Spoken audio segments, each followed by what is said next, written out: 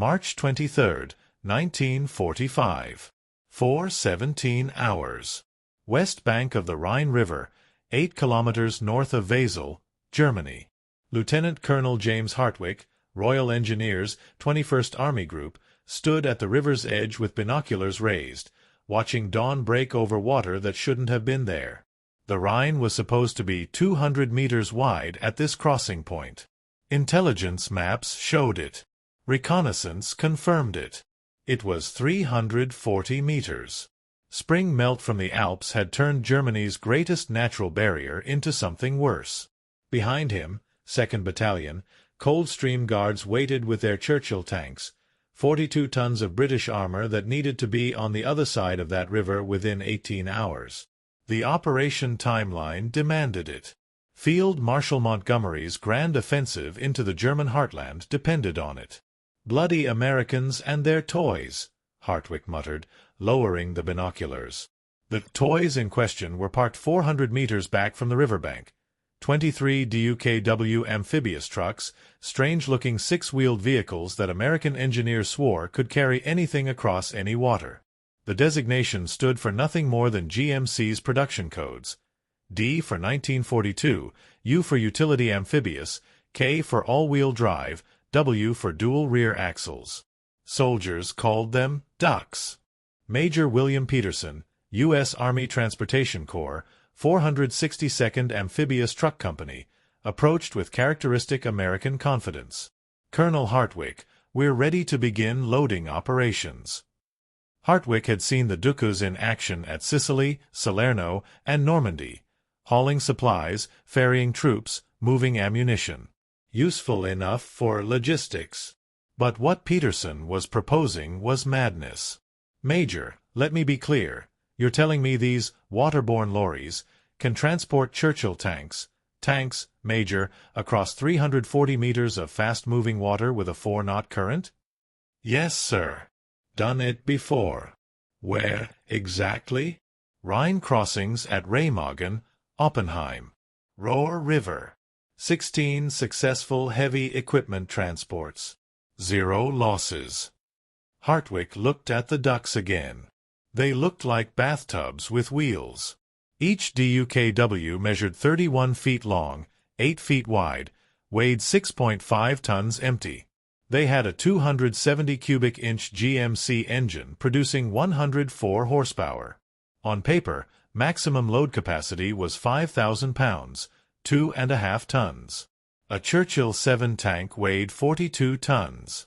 "Major Peterson, I appreciate American optimism, but the mathematics simply don't work. Those vehicles cannot possibly. We're not carrying the tanks in the DUKWs, Colonel. We're carrying them on pontoons that the DUKWs tow." Hartwick paused. "Explain."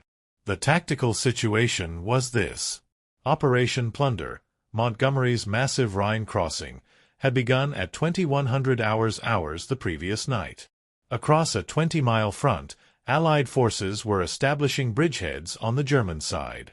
The Coldstream Guards armor was designated to reinforce 15th Scottish Division's position at Wesel by 2200 hours, March 23. Original plan called for Bailey Bridge construction starting at first light. Engineers estimated 12 hours for completion. At 3:30 hours, German artillery had destroyed the bridge foundation site.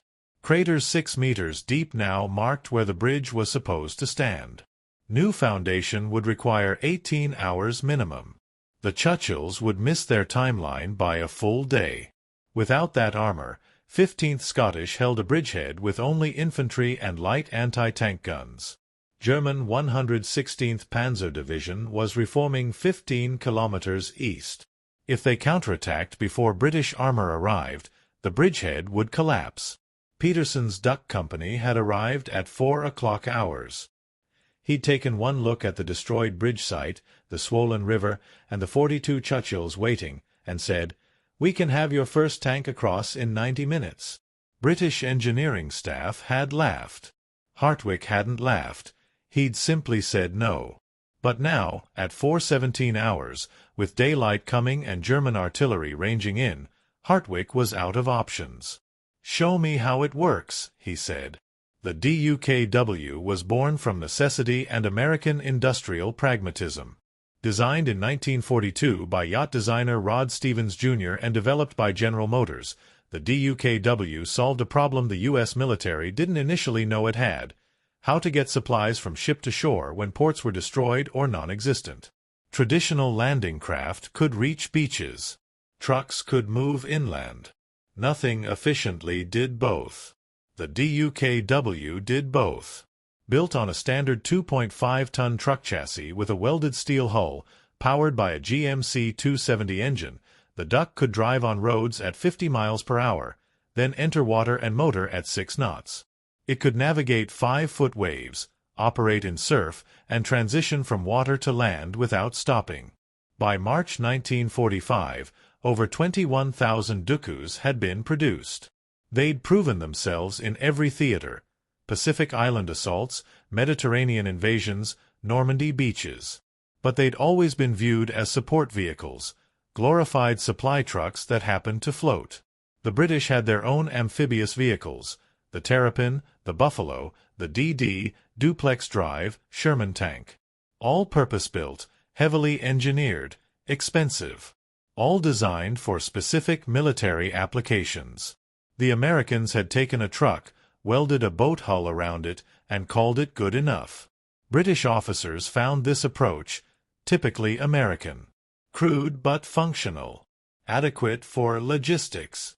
What nobody had fully appreciated, until desperate circumstances forced innovation, was what DUKWs could do when engineers stopped thinking of them as amphibious trucks and started thinking of them as mobile riverine platforms. 442 hours. Staging area: 400 meters from riverbank. Sergeant Robert Bull Morrison, 462nd Amphibious Truck Company, had been a Mississippi riverboat mechanic before the war. He understood water, weight distribution, and what floated. He'd been with the Ducks since Sicily. "Listen up," Morrison addressed his 23 Duck crews. "We're doing something command said was impossible, which means we do it by the book, so when it works, they can't say we got lucky." The by-the-book method had been developed through trial, error, and one near disaster at the Roar River that Morrison didn't like remembering. It worked like this. Step 1. Construct floating pontoon platform. British engineers had portable pontoon sections, steel drums with wooden decking designed for bridge construction. 6 sections, properly connected, created a platform 30 feet by 15 feet, rated for 50 tons. Step 2. Position 2 DUKWs, one at each end of the pontoon, and secure heavy-duty tow cables. The Ducks wouldn't carry the weight. They'd tow it like tugs maneuvering a barge. Step 3. Drive the Churchill tank onto the pontoon while still on land. Secure it with chains and wheel chocks. Calculate weight distribution to keep platform level. Step 4. The tricky part. Carefully drive the entire assembly, 2 Ducks, pontoon, and 42-ton tank, into the river. The Ducks' engines would fight the current while maintaining formation. Precise throttle control was everything. Step 5. Cross 340 meters of fast-moving water without capsizing, colliding, or losing the tank into the Rhine. Morrison had done it 11 times before. Every time felt like the first. "Churchill weighs 42 tons, he continued. "Our pontoon is rated for 50. That's an 8-ton safety margin that disappears real quick if we hit rough water or current throws us off angle. So we do this calm, we do this coordinated, and we do this right." Private Eddie Kowalski, duck driver from Chicago, raised his hand. "Sarge, what if the Brits are right and this doesn't work? Then we'll be the guys who drowned a Churchill in the Rhine. Command will court-martial us, and the Brits will never let us forget it." Motivation enough. "Yes, Sergeant." "Good. Mount up. We got armor to move." 5:15 hours. Riverbank. Colonel Hartwick watched the preparation with growing unease. American engineers moved with confident efficiency, but confidence didn't overcome physics. He'd done the calculations 3 times. The mathematics simply didn't support what Peterson claimed was possible. Beside him, Captain Jeffrey Walsh, tank commander, 2nd Battalion Coldstream Guards, was less diplomatic. "Sir, with respect, we're about to put a Churchill, onto a floating platform held together by American optimism and rope. If this goes sideways—" "It won't," Peterson said, approaching with coffee from a jerry can. "Sir, Captain, we've transported Sherman tanks across the Ruhr, Moselle, and Rhine at 3 different crossing points. Shermans weigh 33 tons. Churchill's heavier, yes, but the principle's the same. We adjust the pontoon configuration, add a 3rd duck for stability if needed, and account for the current. It works." "The Ruhr isn't the Rhine," Hartwick said. "No, sir, it's narrower and faster. Rhine's wide, but the current's more predictable. We've got this." Walsh shook his head. "I still think we should wait for proper bridging." "Captain," Hartwick said quietly, 15th Scottish needs this armor in position before German armor arrives. If we wait for bridges, men die. If we try this and it fails, 1 tank drowns. I don't like the odds either, but I like leaving infantry unsupported even less." He turned to Peterson. "Major, your confidence is noted. Proceed with the operation. But I'm holding you personally responsible if—" "Colonel!" A runner arrived, breathing hard. "Urgent from 15th Scottish. They've spotted German armor forming up 12 kilometers east. Estimate contact in 4 to 6 hours. Hartwick checked his watch. 5:17. The timeline had just collapsed. "Major Peterson, how fast can you move all 42 tanks?" "With all 23 ducks working in rotation? 4 hours, maybe 5. You have 3. Get started."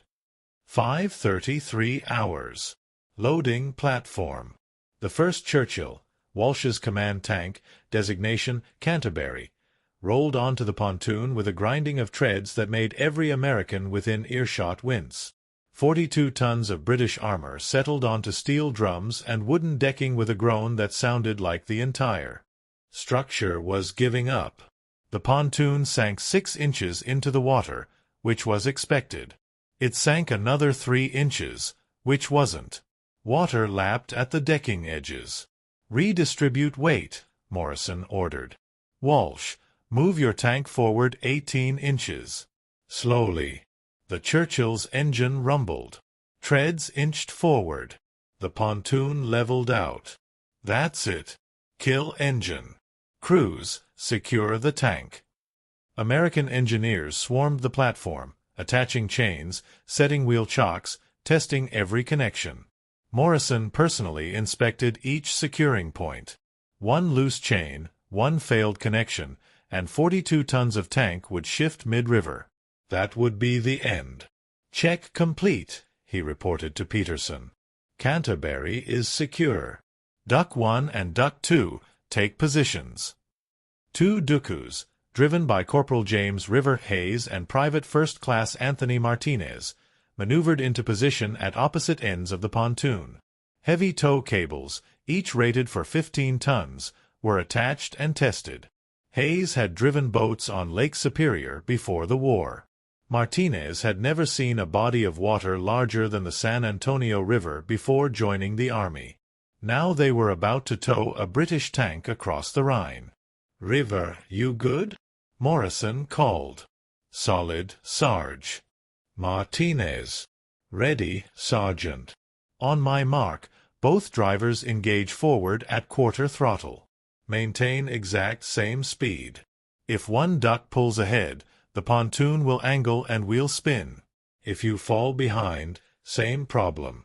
You stay synchronized like you're dancing, understand?" "Yes, Sergeant." Morrison checked the riverbank one more time. British soldiers lined the shore, watching in silence. Colonel Hartwick stood with arms crossed, face unreadable. Captain Walsh sat in his Churchill's turret, looking like a man who'd made peace with drowning. Morrison keyed his radio. "Major Peterson, Duck 1 is ready. Duck 2 is ready. Canterbury is loaded and secured. Current is 4.2 knots. River temperature 47 degrees. Wind northeast at 8 knots. We're good to go. Proceed, Sergeant. Morrison took a breath. All ducks enter water. 5:51 hours. Rhine River. The transition from land to water was always the worst part. The moment DUKWs entered the Rhine, they became boats, subject to current, waves, and the fundamental instability of floating in cold, fast-moving water while attached to a platform carrying 42 tons of steel that very much wanted to sink. Duck 1's front wheels touched water. Then the rear wheels. The hull settled into the river with a splash that sent water over the sides. Hayes felt the current immediately, a sideways push that tried to rotate the vehicle downstream. He corrected with throttle and wheel, fighting to keep the duck moving straight ahead. Duck 2 entered the water 8 seconds later. Martinez felt his vehicle lurch as water replaced solid ground. The engine sound changed. Water resistance was different than road resistance. He'd trained for this, but training and reality were different. Duck 2, increase throttle 5%, Morrison ordered. You're falling behind. Martinez adjusted. The tow cable went taut. The pontoon, still mostly on shore, began moving toward the water. And then it happened, the moment that separated theory from reality. Canterbury, all 42 tons of Churchill tank, slid off land and onto water. The pontoon sank 12 inches. Water rushed over the decking. For 3 seconds that felt like 3 hours, it looked like the entire assembly was going under. Then it stabilized. Buoyancy found equilibrium. The pontoon floated, barely, but it floated, with 6 inches of freeboard. On the riverbank, someone cheered. Someone else told them to shut up. Duck 1, Duck 2, you have control, Morrison said. Begin crossing. Hayes and Martinez pushed their throttles to half power. 2 104-horsepower engines fought the Rhine's current. The pontoon, with its impossible cargo, began moving across 340 meters of water that every conventional military engineer said couldn't be crossed this way. Captain Walsh, sitting in Canterbury's turret, watched the second Churchill, Cornwall, commanded by Lieutenant Michael Brennan, was already loaded on the pontoon by the time Morrison's ducks returned from the East Bank. American efficiency was something British officers were learning to appreciate, even if they'd never admit it out loud. Brennan was younger than Walsh, less experienced, more nervous. His tank crew had been together for 8 months, long enough to trust each other, not long enough to lose the fear that came with every operation. "Lieutenant," Morrison said, checking the securing chains, "you're going to feel the pontoon move under you. That's normal. Current will push us. We'll correct. Don't start your engine. Don't shift weight. Don't breathe heavy. Just sit tight and let my crews do their job." "Sergeant, I've crossed the Rhine 3 times already. Twice on bridges, once swimming in a D.D. Sherman at Remagen. This is somehow worse. D.D. Shermans are designed to float. Churchills aren't. That's what makes this interesting. Interesting is one word for it." By 7:03 hours, Cornwall was crossing. By 7:31, it was on the East Bank. The operation was developing rhythm. The duck crews worked like a machine. Each crossing took 20 to 25 minutes. 5 minutes to load and secure the tank, 20 minutes to cross the river, 5 minutes to unload. With 23 ducks operating in rotating teams of 2, they could theoretically move 3 tanks per hour. Reality was slower. Fatigue set in. Cables wore. Pontoon sections needed adjustment. The Rhine current varied unpredictably. Small problems compounded. But Major Peterson's crews were professional transportation soldiers who'd done this job in combat conditions for 2 years. They knew how to sustain operations under pressure. By 8 o'clock hours, 6 Churchills were across. By 9:15 hours, 12. By 10:30 hours, 19. Colonel Hartwick monitored progress from a command post set up in a bombed-out German farmhouse 200 meters from the riverbank. Field telephone lines connected him to 15th Scottish Division's headquarters on the east bank, where news wasn't encouraging. Colonel, German 116th Panzer has been positively identified moving into attack positions, the Scottish liaison officer reported. Estimate they'll have 15 to 20 tanks in place by 12 o'clock hours. How many Churchills do you have across? 19, with 23 to go. We're moving them as fast as we can. We need them all, Colonel. Every tank matters. 116th Panzer is a veteran unit. If they hit us with armor and we're still infantry heavy, we'll be in serious trouble. Understood. Hartwick out. He stepped outside, watching the 19th Churchill, Cardiff, being loaded onto the pontoon. The operation looked smooth now, almost routine. But Hartwick knew what lurked beneath that appearance of control. Exhaustion, stress, mechanical failures waiting to happen. Major Peterson approached, coffee in hand. He looked tired but alert. Colonel, we're maintaining pace, but I'm starting to see fatigue in my duck drivers. River crossings are physically demanding. Constant throttle and steering corrections, fighting current for 20 minutes straight. I'd like to start rotating in reserve crews. Do you have reserve crews? We've got 8 drivers who've been resting. Not ideal, they're tired too, but fresher than the ones who've been running continuous ops for 4 hours. Make it happen. We can't afford slowdown now. 10:47 hours. Mid-river crossing, Tank 21, Chester. Private First Class Thomas Delacroix had been driving ducks since Normandy. Before the war, he'd driven delivery trucks in New Orleans. The transition to amphibious vehicles had been smoother than he expected. A truck was a truck, whether it had wheels on pavement or a hull in water.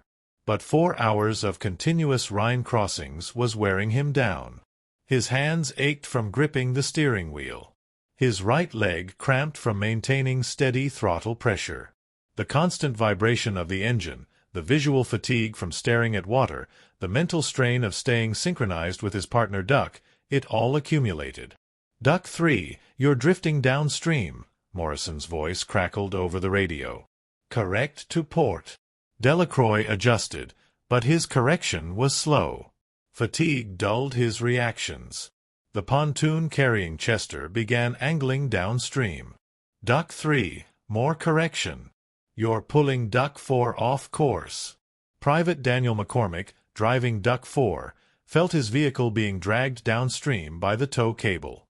He compensated with throttle, but overcorrected. Now both ducks were fighting each other instead of the current. The pontoon rotated 15 degrees off course. "Both ducks, throttle to idle," Morrison ordered. "Let the current stabilize you, then we'll restart coordinated." Delacroix and McCormick cut their throttles. The pontoon slowed, drifted, but stopped rotating. The Rhine current pushed them downstream. They were now 30 meters south of the planned landing point, but at least they weren't capsizing. Duck 3, Duck 4, gentle throttle increase to 40%. Angle upstream to compensate for drift. We're going to land downstream of target, but we're